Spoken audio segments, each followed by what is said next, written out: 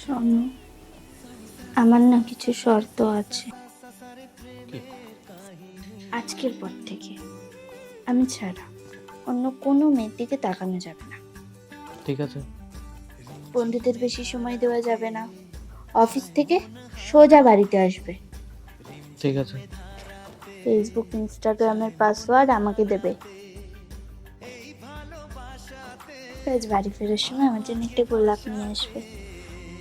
আমাকে অনেক অনেক অনেক ভালোবাসবে। আর হ্যাঁ, আমাকে কিন্তু বকবে না, তাহলে আমি সোজা বাপের বাড়ি চলে যাব, বলে দিলাম। আমি তোমাকে একটু বকবো না, তোমাকে অনেক অনেক অনেক ভালোবাসবো।